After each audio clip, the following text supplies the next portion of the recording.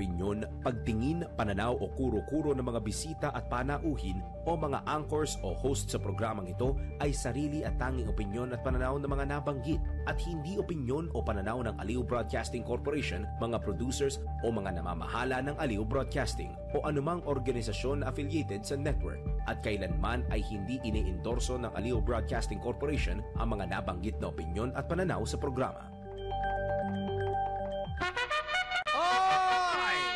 Friday! Uy, Friday weekend. Oras mo natin, 5 minuto makaraan ng 10:00 ng morning. Humanda na sa mga malalaking balita. Trending viral. Pinag-uusapan sa buong Pilipinas at buong mundo. Ronda Pilipinas Headlines.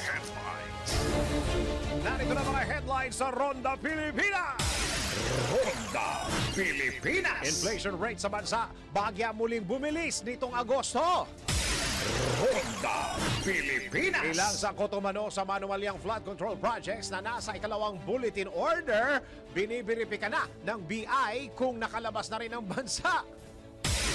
Ronda Pilipinas. Sisilayasan na investigasyon sa 8 bilyong piso. Bilyon ito billion.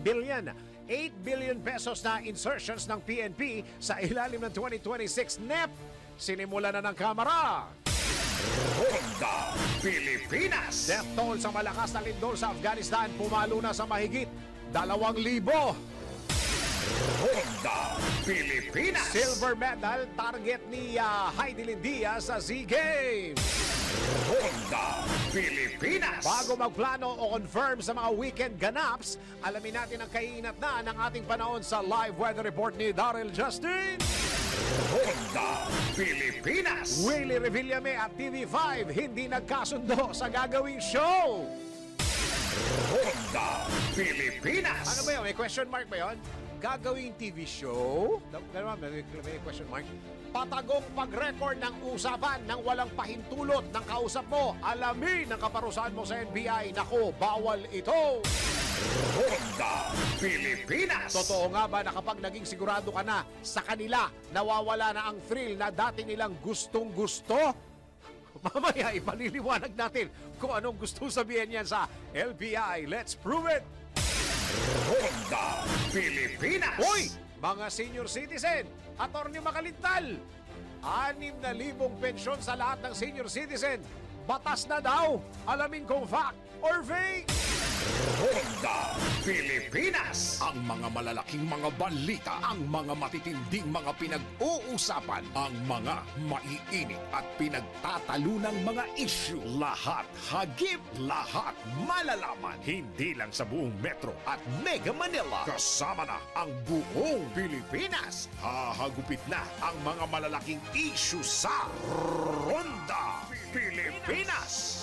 Live na live sa DWIZ AM Metro at Mega Manila. Naka-live din sa DWIZ News FM Regional Stations. Naka-live din sa Radyo Ronda AM Radio sa Pilipinas. Live ding mapapanood sa Aliw 23 Free TV. At naka-live din sa lahat ng DWIZ Digital News accounts, Facebook, YouTube at DWIZ News website.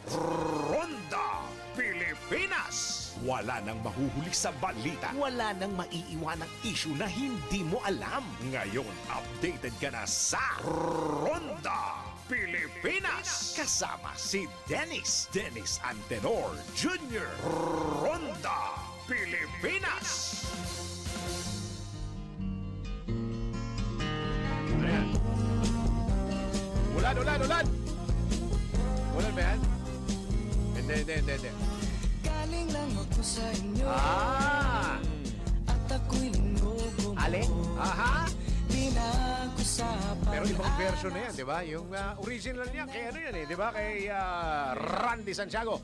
Di ba? Randy Santiago. Tapos ni-revive ng side A. Yung side A, side B na ngayon kasi disbanded na. Disbanded na. Teka muna, meron tayong announcement. Announcement, oo, wala raw pasok. Ano? Afternoon classes ng Quezon City. Preschool hanggang Child Development Center, kindergarten, Ayan. grades 1 to 12 at alternative learning system. Wala akong alam kung ano nangyayari sa labas. Umuulan pa ba? Malakas ambon pa ba? na Wala naman, naman. Parang ambon Wala na naman, lang, ano? Oo. Oo, yan doon sa mga nagtataka. Bakit konting ulan lang? Sinususpend na. Ayan. Kayong mga kumag kayong mga kumag na umasikaso ng flood control project, kayo may kasalanan yan. Dahil konting ulan lang, bumabaha na. Dahil sa mga pinaggagawa nyo sa mga flood control project namin na ipinagkatiwala namin sa inyo. Kala ko Diba? Ganun yan eh. Kala kayo mga ungas. Ay, ba pala yan? Wala, wag na. Kaya, Hindi kaya. pwede. Si Richard Gomez lang. Si Richard Mali, Gomez lang ang mali. ano, Sorry. ang gumagamit niyan. Kaya. Exclusive. Meron akong gustong pag-usapan, Daryl eh. Sige. Ngayon, ang pinag-uusapan natin, mga flood control projects. Ah. Diba? Okay. Meron nung lumabas na balita ngayon na hindi lang mga flood control projects po ang ginagawa na, o ginawa na proyekto ng mga Dismaya. Diskaya. Diskaya. Ganun yun yung ending. Oo nga. Dismaya. Nakakadismaya. Yun. Diba? Ang mga diskaya. Yan. Meron din daw mga buildings ng gobyerno. Parang may nabasa nga ako. Oo, yung sa Maynila. Yes. Kaya nagwawala si Yorme ngayon eh. Oo. Okay.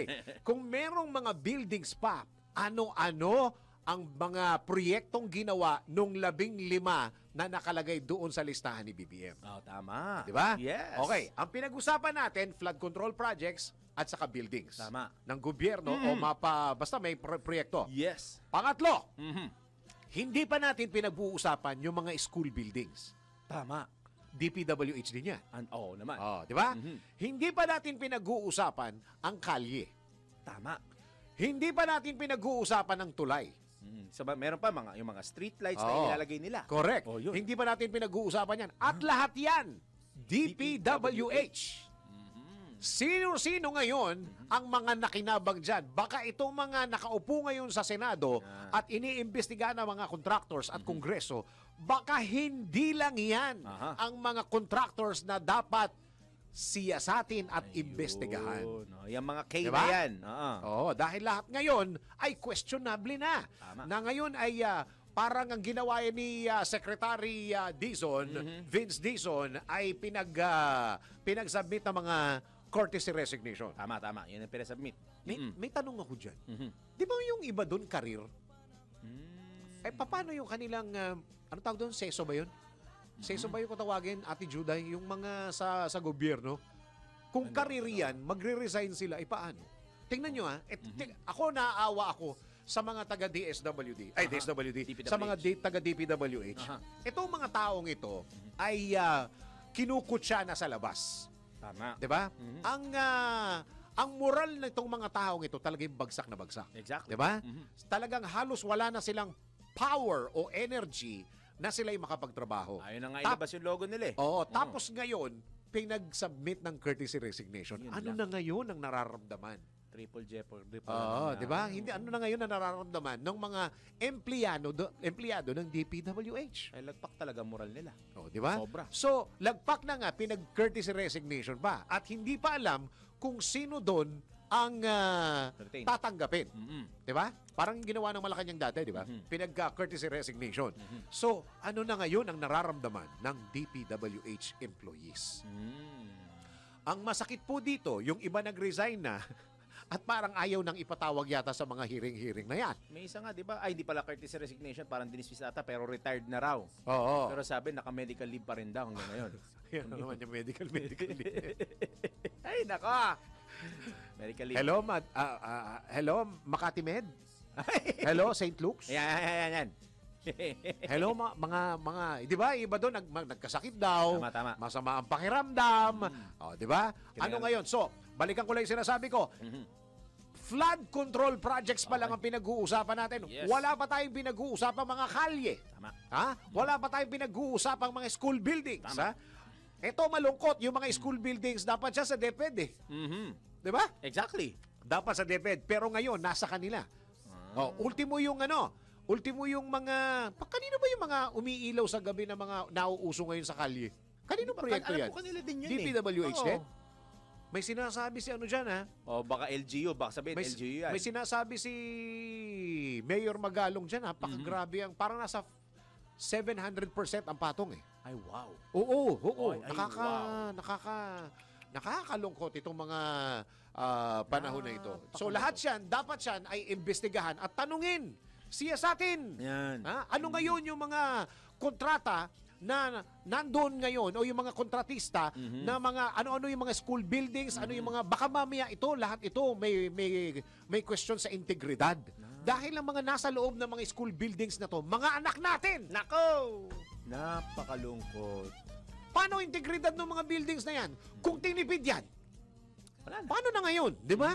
Oh, hindi ba yon? Yung kalye at saka mga tulay na dinadaanan natin. Lubak-lubak na naman. Diba? Baklu-baklu. Ay, hindi. Lubak-lubak. Okay, iba pala. Integridad ang pinag-uusapan natin, yung integrity ng structure. Oh, kung lahat yan substandard, delikado pala buhay natin lahat din eh. Di ba? Tama. Ay, nako. Magandang araw, Pilipinas. Live na tayo sa DWIC News Nationwide. Live na rin tayo sa DWIC News FM regional stations. And of course, sa Radyo Ronda. At sa lahat ng mga ginagawang radyo, kanilang mga TV, Aliw Channel 23 at DWIC News TV. Magandang araw, Pilipinas. Ako ang iyong magiging tagapagbalita. Ako si Dennis. Dennis Anteno Jr. Puso ko tuloy pa rin ako. Ronda Pilipinas. Sa detalye ng mga balita, bahagya muling bumilis ang inflation sa bansa nitong Agosto. Ayon kay National Statistician at Philippine Statistics Authority Chief Claire Dennis Mapa, sumipa sa ilan? 1.5% ang inflation noong isang buwan kumpara ng 0.9% noong Hulyo.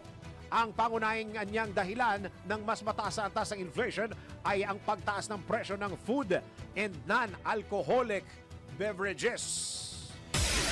Ronda Pilipinas. Ano balita sa trading sa gasolina sa Tuesday? May balita na ba tayo? Tataas, bababa? Tingnan nyo nga kung anong balita ngayon sa... kadalasan, ano yan di ba? Malalaman na natin ng Friday yan. Kailan ba ang araw ng last trading? Lunes pa yata, pero Friday na, malalaman na natin yan, di ba? Tanong natin sa mga spokesperson ng oil companies. Yeah. Tawagan nyo yung DOE. Tuloy ang mga balita.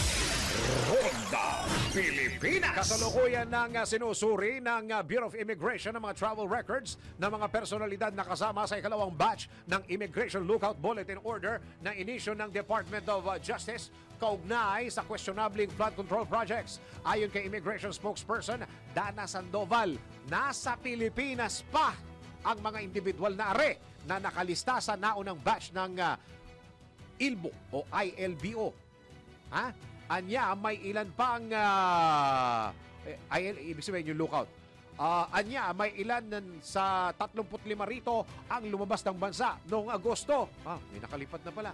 Ngunit, nakabalik din lahat sa Pilipinas. Sinabi rin ng tagapagsalita na hindi pa nila maibabahagi ang detalye ng travel records ng mga nasabing individual hanggat hindi pa nila nasusumite ang mga ito sa DOJ. Matatanda ang nilagdaan ni Justice Secretary Jesus Crispin Remulla ang initial batch ng Libo laban sa 35 kontratista at opisyal ng Department of Public Works and Highways na kaugnay sa anomalya ng flood control project sa Pilipinas.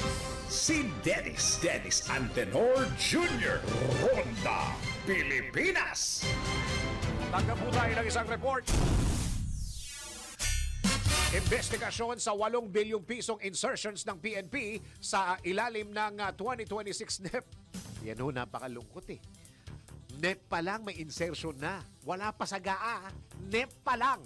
Sisimulan na ng Kamara. Alamin natin ang report ni Patrol 30 Jelly Mendez. Jelly, go! Sisimulan na ng Kamara sa susunod na linggo ang pagbusisi sa napaulat na 8 billion pesos na firearms insertion sa ilalim ng 2026 National Expenditure Program o ang NEP. Ito ang kinumpirma ni House Spokesperson Attorney Princess Abante matapos magpadala ng liham si Manila 6th District Representative Benny Abante kay Committee on Public Order and Safety Chairman Representative Rolando Valerio Valeriano na imbestigahan ang budget insertion para sa pagbili ng mga baril at mga bala ng PNP. Ayon sa tagapagsalita ng Kamara, ikinukonsidera ng komite ang naturang kahilingan at agad na magpapatawag ng pagpupulong si Congressman Valeriano para busisiin ang irregularidad sa PNP budget. Ipinunto ni Abante na malaki na ang epekto ng kontrobersiya, hindi lang dahil sa bilyong pisong halaga na hinihingi ng PNP, kundi dahil na rin sa mga personalidad at matataas na opisyal ng DILG na konektado sa tinangkang budget request.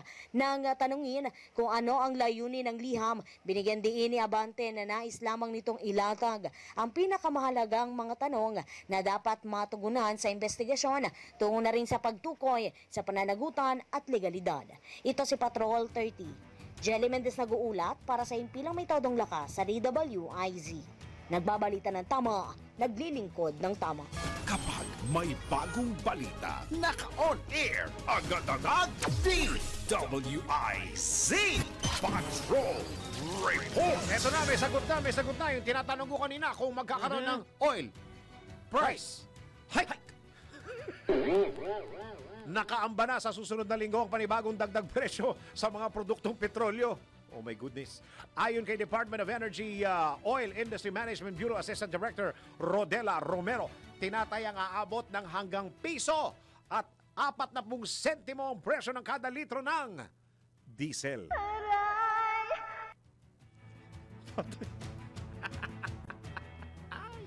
Batay din sa 4-day trading sa Mean of Platts Singapore o yung tinatawag na MOPS na nagsisilbing barometro ng mga local oil players, posible ring sumirit ng hanggang piso ang kada litro ng gasolina.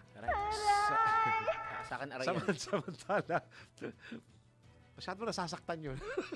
Ito, hindi ko alam bakit. Hanggang samantala, inaasahan namang may dagdag na hanggang 8 sentimo ang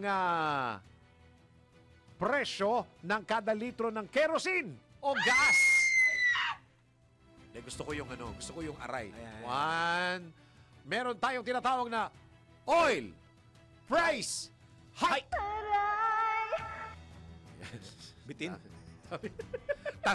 Alamin natin ang magiging weather this week.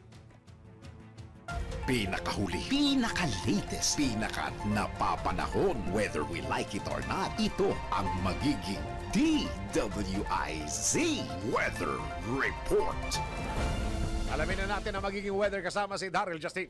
Ganyan natin kung may aray din dito sa lagay ng panahon niya yung weekend. Pero yung mga pag-ulan po na naranasan natin kanina at maaaring maranasan pa sa buong maghapon ay dulot po ng tinatawag na southwest monsoon o hanging habagat. Asahan po ng malaking bahagi ng Metro Manila and the rest of Luzon ang cloudy skies. Maulap na papawirin na may mga kalat-kalat na pag-ulan at mahihinang pagkulog at pagkidlat.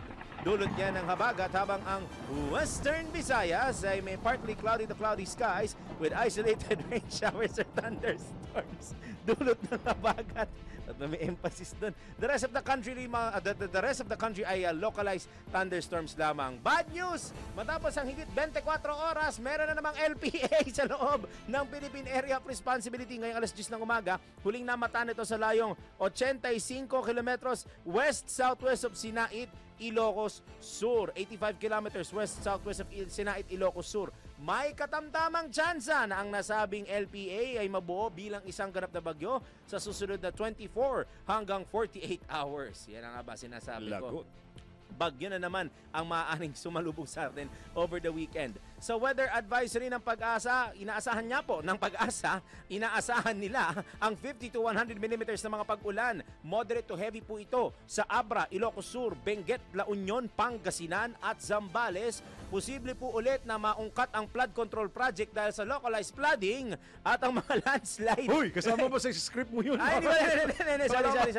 Wala. Kasi may nakalagay localized flooding. Alam, pag localized flooding Ito mga natatahi kasi. Ito mga writers natin, maramdami na rin. Localized flooding ay posible daw sa mga lugar na hindi nalagyan ng flood control. Ay, hindi pala, sorry. Sa mga mabababang lugar, ayan, landslide, posible rin po sa mga nabanggit na lugar. Kung medyo malupa ay mag-ingat po.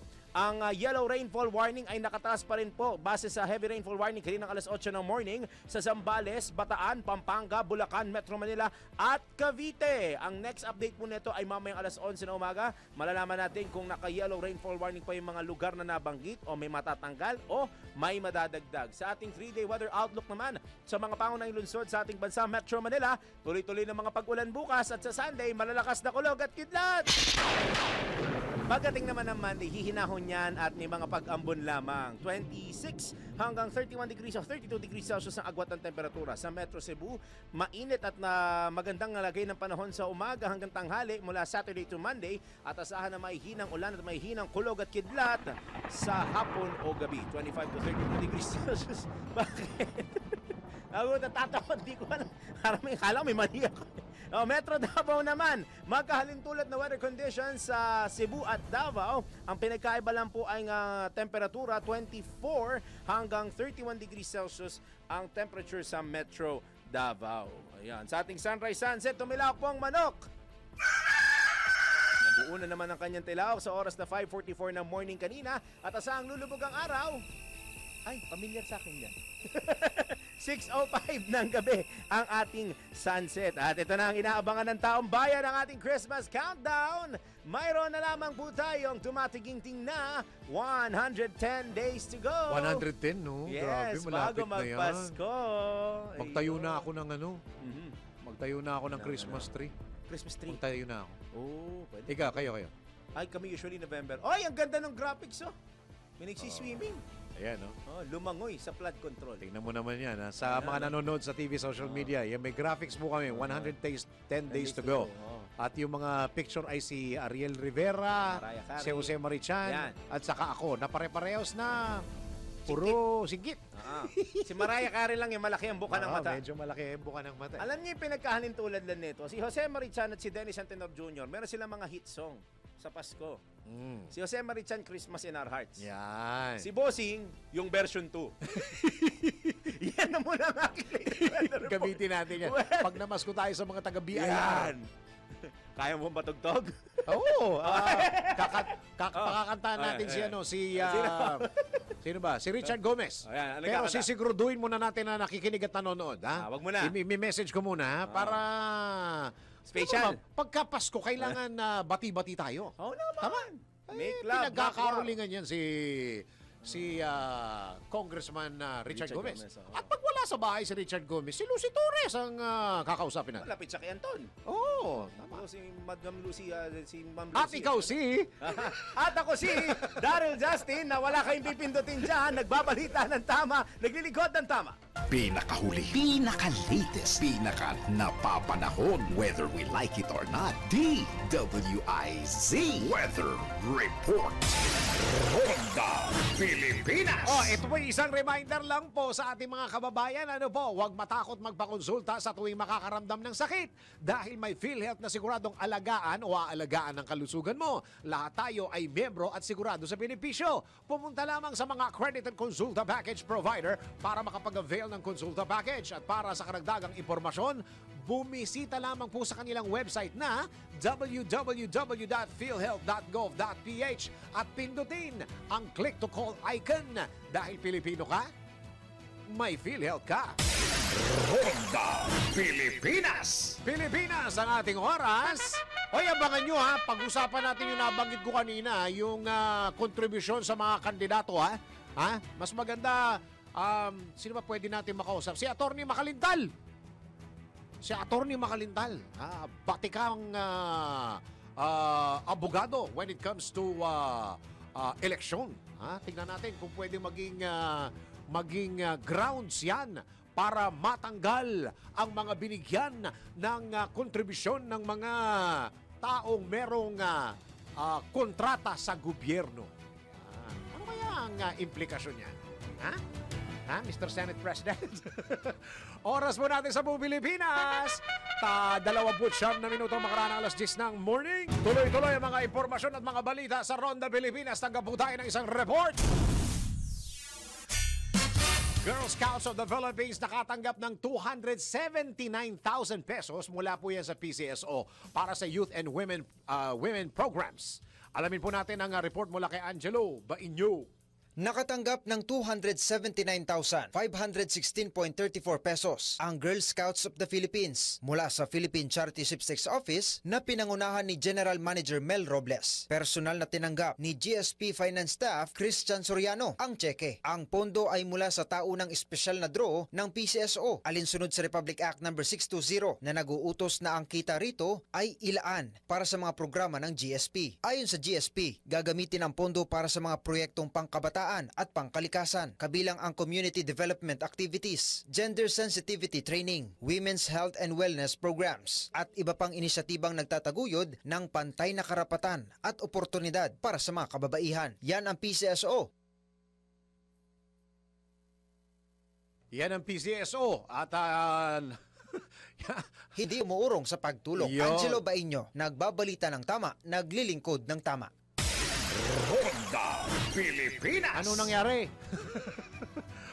Medyo nagkaroon lang, alam niyo naman, mga technical alam niyo naman ang problema sa internet dito sa Pilipinas. Oy, alam niyo ba, speaking of PCSO, alam niyo ba na ang katumbas ng bawat taya sa Philippine Charity Sweepstakes Office o PCSO ay kawang gawa? Sa bawat ticket mo, siguradong may matutulungan kang kababayan sa kanilang pangangailangang medikal. Dahil sa PCSO, basta kawang gawa at pagtulong, hindi kanila uurungan. Kaya palaging tandaan, ang bawat taya may kawang gawa. Ronda Pilipinas. Isa ho sa mga lumabas na katotohanan, kinonfirm naman di ba? Meron hong nagtanong kasi dyan na kung meron silang may mga tanong na dyan sa mga hearing sa Senado at Kongreso regarding sa flood control projects. Ang ibang mga katanungan dyan, may kilala ka, meron bang involved o meron ka bang kilala na congressman, meron ka bang kilala na senador, mga ganon, di ba? Tapos kadalasan dyan, may mga tanong dyan na minsan ang tanong meron ka bang binigay? Meron ka bang campaign contribution sa kilala mong senador na yan at congressman na yan? Yan. Ang tanong ang problema mga contractor na nagbigay ng campaign contribution sa mga kandidato part 2. Ang pag-uusapan po natin, nandito po sa linya natin ang veteran election lawyer at si Mr. Senior Moments. Ayan, dito po sa DWIZ, Linggo, alas 11:30 ng umaga. Si Attorney Romulo Macalintal. Attorney Romy Mac, magandang araw. Ay, magandang araw sa iyo, Dennis, at sa iyo mga tagapanood, tagapakinig sa ating mga taga-suporta dyan. Yan. Attorney, ito yung aking first question. Kung meron pong, kung mag-move on po tayo at merong mag-file ng reklamo over sa COMELEC kung siguro, at kapag napatunayan na merong kontribusyon ang mga contractors dito sa mga tumakbo na ito at nanalo, ang tanong, may matitira pa ba? May matitira pa ba, attorney, palagay mo? Meron naman, kasi hindi naman lahat yan ay mukhang wala namang evidence na lahat ay tumanggap. Siguro may mangilan-ngilan dyan na sinasabi ng COMELEC na talagang tumanggap ng donasyon mula sa mga kontratista na may kontrata sa gobyerno. So, yun ang po pwedeng tingnan ng Commission on Elections. Pero hanggat hindi napapatunayan, siyempre, due process sa ating bansa, kailangan munang magkaroon ng malinaw na katibayan na talagang sila ay nagkaroon ng paglabag sa ating Omnibus Election Code. Ayan. So, ibig sabihin talaga sa inyong pananalita ngayon, attorney, talagang bawal ang kumuha ng kontribusyon sa mga tao o kumpanya na may kinalaman sa proyekto sa gobyerno. Yes, talagang yan mabigat na ipinagbabawal ng Omnibus Election Code, lalo na sa specifically sa ilalim ng Section 95 subparagraph C na sinasabing hindi pwedeng tumanggap ng anumang donasyon o kontribusyon sa mga tao o anumang kumpanya na mayroong kontrata o ginagawang negosyo sa ating pamahalaan. Iyan ay higpit na pinagbabawal ng nasabing probisyon ng Omnibus Election Code.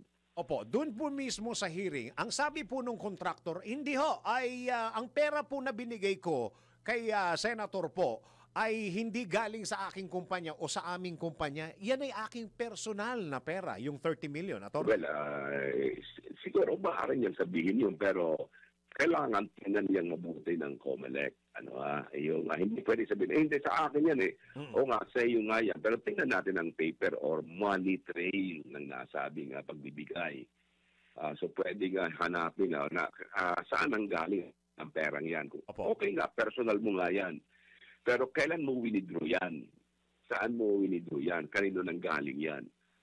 Kung sinabing galing mo saan, tapos tingnan din natin yung korporasyon niya.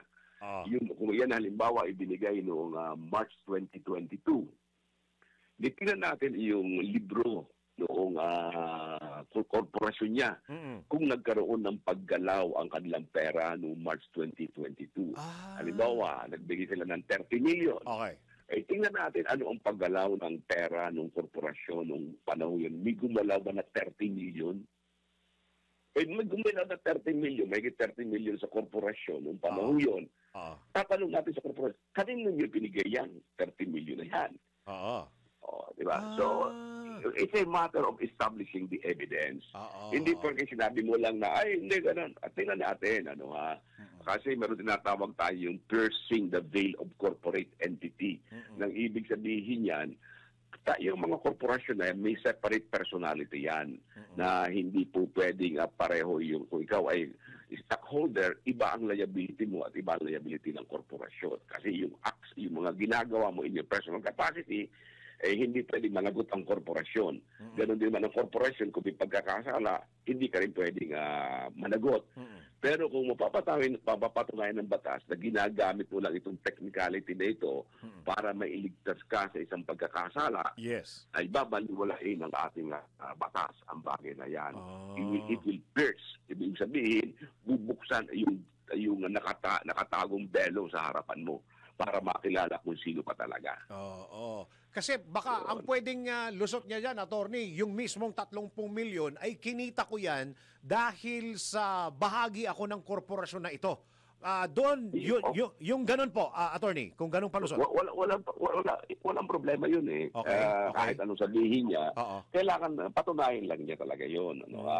Siyempre, kailangan buksan natin ang libro ng nasabing korporasyon. At siya man, pwede rin tanungin kung saan ang galing yan. Kahit na yung pera po ay kinita niya na dahil siya'y membro o bahagi ng korporasyon na yun at personal niyang kinita yun. Kahit hindi sa namin kinita ko yan. Pero siyempre sasabihin niya yun, pero kailangan pa rin mapatunayan niya na yun ay totoo. The burden of proof, siya may responsibility. Siya may dapat na may duty to approve na yun yung burden of proof nasa kanya ngayon. Patunayan mo na talaga niya na pera mo lang. Kasi bakit ganyan kalaki ang iyong income? So, kung 2022, tingnan natin, magkano bang income mo noong 2022 at nagkaroon ka ng ganyan kalaking halaga? So, pwede may iteration doon. Diba? So, maraming pagkakataon, maraming mga pamamaraan yan para malaman kung paano mo makikita yung galaw ng pera kung saan ang galing yun. Attorney, sige, ito munang question muna galing sa newsroom. Galing to sa kaibigan natin si Attorney Rante. Paano kung sabihin na good faith eh? Kumbaga, sabihin nung senador, teka muna, hindi ko naman alam na may-ari pala ng isang korporasyon yan na merong kontrata sa gobyerno. Hindi ko alam. I don't know. Ay, hindi pwede yun. Kasi hindi pwede. Sabi ng batas natin, good faith is not a defense. Hindi yan depensa. It's your responsibility kasi yan ay special law yan. Yan ay tinatawag na special law. Kaya hindi mo pwedeng sabihin yan ay good faith. Dahil sa dapat din makita yan ng batas na bakit ka nagbigay ng ganyan. So, yung good faith na sinasabi mo, hindi ka pa rin makakaligtas dyan. Kasi sinasabi, sino man na mayroong koneksyon dyan sa ganyang kontrata ay hindi pwede magbigay ng donasyon. At saka, mabigat din ang sinasabi ko ng batas. Yung taong tumanggap o humingi ay liable din. So, hindi lamang yung nagbigay ang sinasabi ng batas kundi yung taong humingi o tumanggap ng nasabing donasyon ay liable. So silang lahat, yung nagbigay, yung tumanggap. So yung contractor, yung kandidato, pareho yan. At kung yan na may nagpunta pa rin sa political party, pati yung political party officials, sila rin ay magiging liable. Damay sila, attorney, ibig sabihin. Oo, damay din sila doon. Halimbawa, kasama sila sa pagtanggap noon na kinabang ang kanilang partido. So, hindi namin alam yan. Ignorance of the law, excuses no one. Paano, attorney, kung gumamit ng isang barkada sa isang grupo, kunyari, dinaan ko sa isang kaibigan namin na kaibigan din niya, na galing sa akin yung pera at ang donasyon na yun ay manggagaling doon sa kaibigan namin na wala rin namang koneksyon or kontrata sa gobyerno. Attorney. Well, napakadali niya dahil sa titingnan nga lamang yung mga income nila. Saan ang galing ang pera niyo? Yun. So baka madali pa sila ng money laundering, di ba? Kasi bakit nasaan yan? Bakit din nire-report? O kaya makompa sila, magkaroon pa ng kaso ng tax evasion. Kasi paano kayo nagkaroon ng pera ng ganyan? Saan galing ang perang yan? So, doon ay titingnan mabuti yan ng Commission on Elections. Hindi po pwede sabihin na, ay, hindi, good faith kami. Ay, hindi ibinigay ko naman yan in my personal capacity. The government should not stop from there.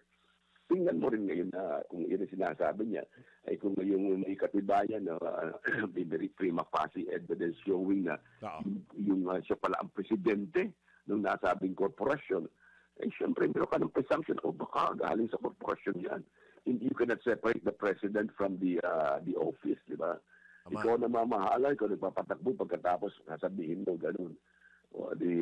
Tsaka isa pa, siguro kahit na sino naman sa mga kandidato niyan, alam mo may kontrata yan sa gobyerno, kahit na sabihin mo yan galing sa kanya, yung kumpanya niya mayroong kontrata sa atin. Paano mo ihihiwalay yung impluensya? Sino ba nag-i-impluensya sa kanila? Hindi naman yung korporasyon, kasi yung korporasyon hindi gumagalaw, kundi yung tao. Kaya kung ang presidente ay siya magbibigay ng donasyon, ay siyempre may presumption na parang pinapaboran niya yung kanyang korporasyon, di ba? Paano, attorney, kung kasama ho ba yun sa declaration dapat ng mga donors na ito'y bahagi ng question? Kasama ba or requirement ba ng mga campaign donors na sabihin nila na sila'y walang kontrata sa gobyerno? Bahagi po ba yun ng proseso o sistema? Well, wala namang sinasabing gano'n. Dapat alam nila na yung batas ay nagsasabi na kung sila'y contractor, hindi sila pwedeng maggawa ng donasyon. At saka yung mga donors na yan, required sila ng COMELEC na sila mismo ay mag-report din ng kanilang mga donations.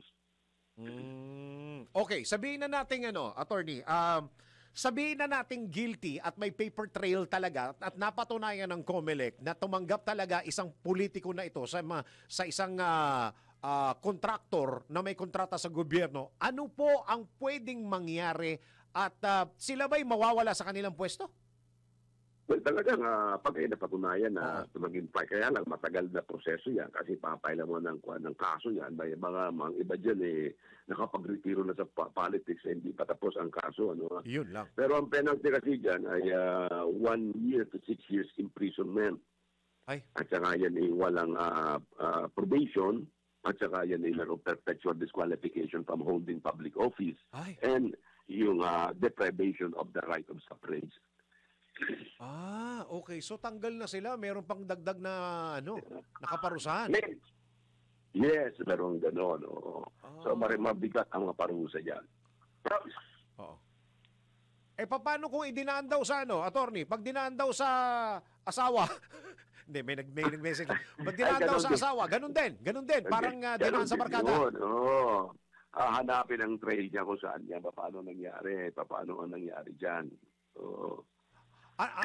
Hanggang ano po ba ito? Hanggang local? Hanggang mayor, vice mayor, governor? Hanggang barangay. Yun hanggang barangay yan. So paano po yun? Kunyari, sa mayor, attorney, nawala yung mayor dahil dito sa kaso na to, akyat agad yung vice mayor to be the mayor? Yes, akyat agad yun. Pero sa mga congressman, senador, hindi pwede. Bakante lang yung posisyon. Yes, magkakaroon ng special election kung ang natitirang term of office ay mahigit na 1 taon pa. Okay. Pero nga, ang problema, attorney, yung tulad nga nung sinabi mo, pagka tumakbo yung kaso, baka umabot na ng susunod na eleksyon. Yes, ganun yan. Kaya maganda itong nangyari ito. Ngayon, at least, nagkaroon ng pagkakataon taong bayan, makita natin ang mga kawalangyaan ng ilang mga opisyal ng ating pamahalaan, di ba?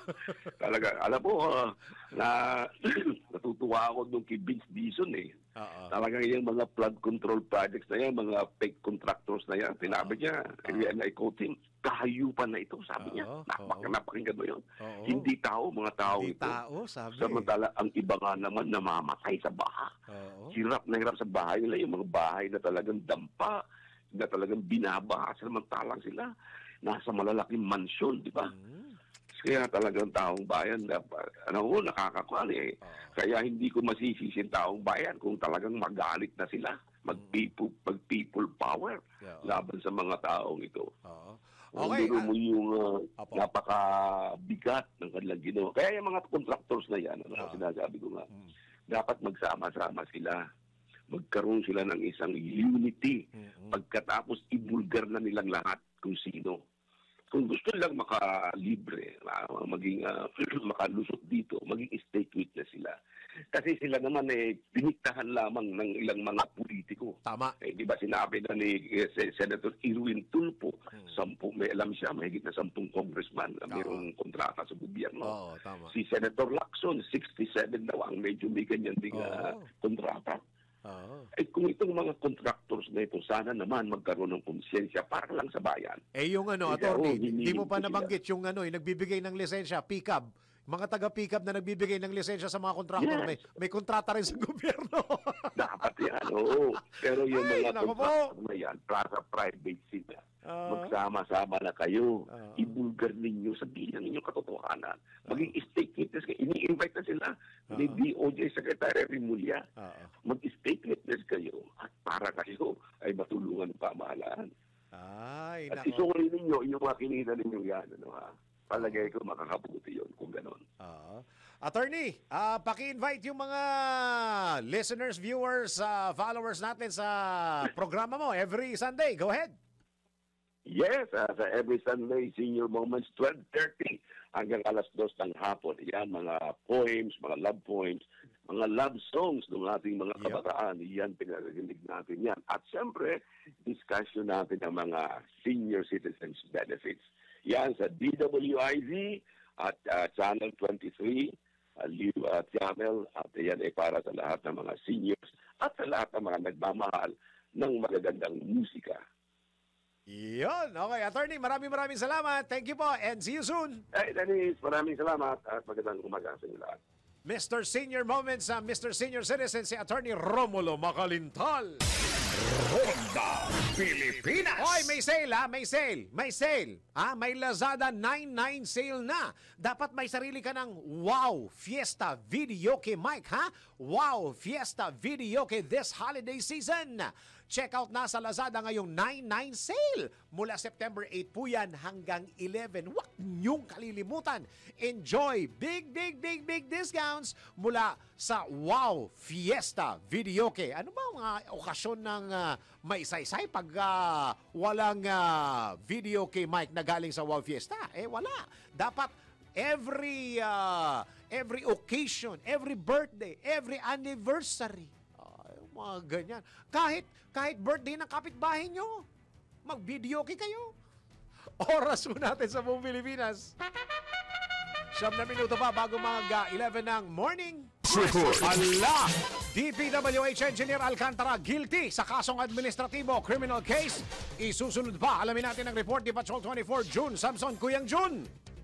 Kuyang nga din is guilty ang naging hatol ni Department of Public Works and Highway Secretary Vince Dizon laban kay Engineer Henry Alcantara, dating District Engineer ng DPWH Bulacan 1st District Engineering Office na nasangkot sa mga manumalyang proyekto sa lalawigan ng Bulacan. bilang pagtugon sa direktiba ni Pangulong Ferdinand Marcos Jr. na papanagutin ng mga tiwaling opisyal na sangkot sa mga proyektong palpak at hindi nakikinabang ang publiko. Binigyang diin ni Secretary Dizon sa kanyang 7 pahinang desisyon na napatunayang may sala si Engineer Alcantara sa mga sumusunod na mabibigat na kasong administratibo: disloyalty to the Republic of the Philippines and to the Filipino people, grave misconduct, gross neglect in the performance of duty, at conduct prejudicial to the best interest of the service, alinsunod sa Sections 33, Rule 10 ng 2025 Rules of Administrative Cases in the Civil Service. Sinabi ni Secretary Dizon na ito ay isang babala sa mga opisyal at kawani ng DPWH na responsable sa mga ghost at substandard projects dahil kagaya nga anya ng sinabi ng Pangulo na hindi hahayaan na hindi mapanagot ang mga tiwali sa pamahalaan. Kasunod dito, magre-rekomenda sa kaukulang tanggapan ang DPWH upang maghain naman ng criminal charges laban kay Engineer Alcantara at sa iba pang mga sangkot na individual upang makamit ang hustisya sa kanilang ginawang pambababoy sa kaban ng bayan. Nauna ng pinangalanan ni Secretary Dizon ang mga susunod na sasampahan ng kasong administratibo at kriminal, kabilang sina dating Assistant District Engineer Bryce Erickson Hernandez, Construction Section Chief Engineer JP Mendoza at Accountant 3 Juanito Mendoza na mula lahat sa Bulacan 1st District Engineering Office. Patrol 24, June Samson para sa Pilang May Todong Lakas, DWIZ, nagbabalita ng tama, naglilingkod ng tama. Kapag may bagong balita, naka-on air, agad-agad, DWIZ Patrol Report. Silver medal target ni Heidelin Diaz sa SEA Games. Alamin natin sports news mula kay Ian Articona. Sa mundo ng palakasan, ang latest malalaman sa DWIZ Sports News. Inamin ni Olympic gold medalist Heidelin Diaz Naranjo na may hirapan siyang makamit ang gintong medalya sa darating na 33rd Southeast Asian Games ngayong Disyembre. Lalo't may matibay siyang kalamang atleta mula sa host country na si Sorochan Kambao ng Thailand. Sa halip, inaasahan niyang silver ang medalya na pinakamalapit niyang makuha. Matatandaang nag-uwi ng gintong medalya si Diaz noong 2019 SEA Games dito sa Pilipinas, gayon din noong 2022 sa Hanoi. Bukod sa paghahanda sa laban, abala rin siya sa pagpapalakas ng kanyang weightlifting academy at pakikipagtulungan sa Philippine Sports Commission at DepEd para palawakin ang outreach sa weightlifting. At yan ang sports news. Ian Articona, nagbabalita ng tama, naglilingkod ng tama. Ang latest, bagong-bago, fresh na fresh, DWIZ Showbiz News. Hoy! Di bumubukas yung mic. Sorry. Willie Revillame at TV5 hindi nagkasundo sa gagawing show. Showbiz Balita mula kay Anton. Para sa aking balitang showbiz, naonsyami ang pagbabalik telebisyon ni Willie Revillame. Ito ang kinumpirma ni Christopher Min sa kanyang YouTube channel kung saan hindi umano nagkasundo si Willie at ang management ng TV5 sa gustong mangyari ng TV host. Ayon kay Christy, gusto umano ni Willie na ang TV5 ang mag-produce ng pagbabalik telebisyon ng kanyang TV show, pero gusto raw ng istasyon na mag-block time na lamang ito. Nakipag-bargain pa raw si Willie na ang TV5 na ang mag-produce, pero tinanggihan umano ito ng istasyon. Dahil dito kung kaya't hinakot umano ni Willie ang lahat ng kanyang mga natirang gamit na naiwan ito noong gawin niya ang Will to Win bago mag-eleksyon at dinala sa Will Tower. Pero umaasa pa rin naman si Christine na magkakaroon ng pangalawang pag-uusap ulit sina Willie at ang TV5 at sana umano ay magkaroon ng magandang resulta kung sakaling magkausap ulit ang mga ito. At iyan ang aking balitang showbiz para sa Pilang May Todong Lakas, DWIZ. Ako si Anton, nagbabalita ng tama, naglilingkod ng tama. Ang balitang ito ay inihatid sa inyo ng Bingo Plus. Ronda Pilipinas. At bago tayo magpaalam, tayo munang magpatama quote of the day. Kung di ka sisipagin para sa pangarap mo, huwag kang magreklamo kung iba ang makinabang doon sa pangarap mo. Oo nga, no? Bagay, mga may pangarap, kwento ng detalye, hanggang makakuha na ng detalye yung iba, naunahan na sila. Yan ang kabuuan ng mga balita at impormasyon sa Ronda Pilipinas. At tabayan na po susunod na programang Yes, Yes, Yo, Topacio with Attorney Ferdy Topacio and Miss Juvie de Guzman. Maraming salamat, Pilipinas. Ako ang iyong naging tagapagbalita. Ako si Dennis. Dennis Antenor Jr. nagbabalita ng tama, naglilingkod. Sa Sunday, Factor Fake. Naglilingkod ng tama.